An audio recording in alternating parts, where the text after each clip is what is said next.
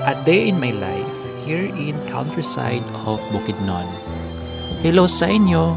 Today is Monday, March 25, 2024. At ngayong araw ay unang araw ng Holy Week.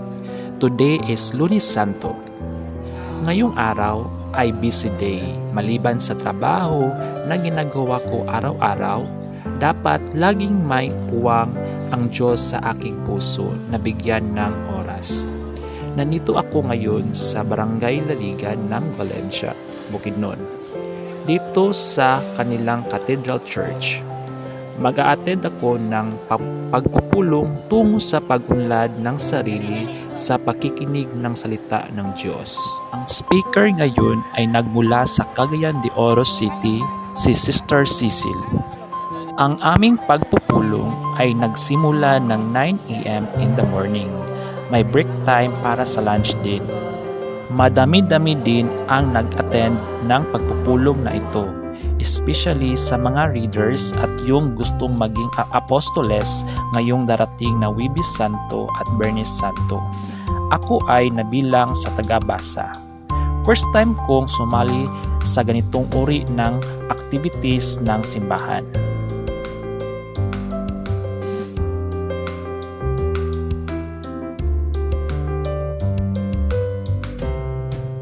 Lunchtime na, medyo late na din ang lunchtime namin. Pero okay lang, makakaya pa naman. Bawat sa amin ay may kanya-kanyang baon na kanin.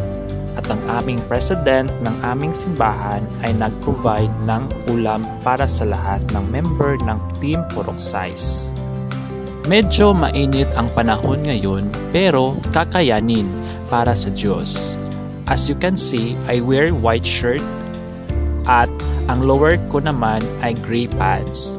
Feel ko para akong pulis o army sa postura ko ngayon na kahit naka-civilian attire lang, sabi nila ang tindig ko ay parang ganun. Ang aming team ay napiling kumain dito sa covered court ng Barangay Laligan para convenient para sa lahat. Sa aming grupo ay ako lang ang single dito at lahat sila ay may asawa na. Pero kahit ganun, hindi awkward kasi mabubuti ang mga kasama ko. Ang ulam namin ngayon ay escabeche.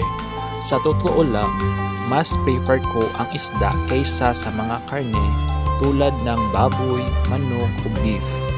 Masaya talaga na kumain ka na marami kayo kasi nagbibigay ng gana at mabubusog ka talaga. Marami akong favorites na food pero mas prefer ko ngayon ang isda at mga gulay talaga. Nag-iingat na ako sa mga pagkain na aking kinakain. Ayaw ko na magkasakit at natatakot ako. Ang lagi ko dinadasal kay Lord ay bigyan niya ako ng healthy body para maitupad ko pa ang aking mga pangarap sa buhay. Kain po tayo!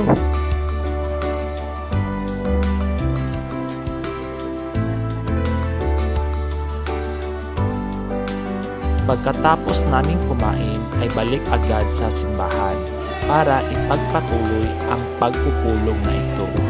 Sa katunayan, after ng pagpupulong ay may misa pa. I feel blessed today. Thank you, Lord.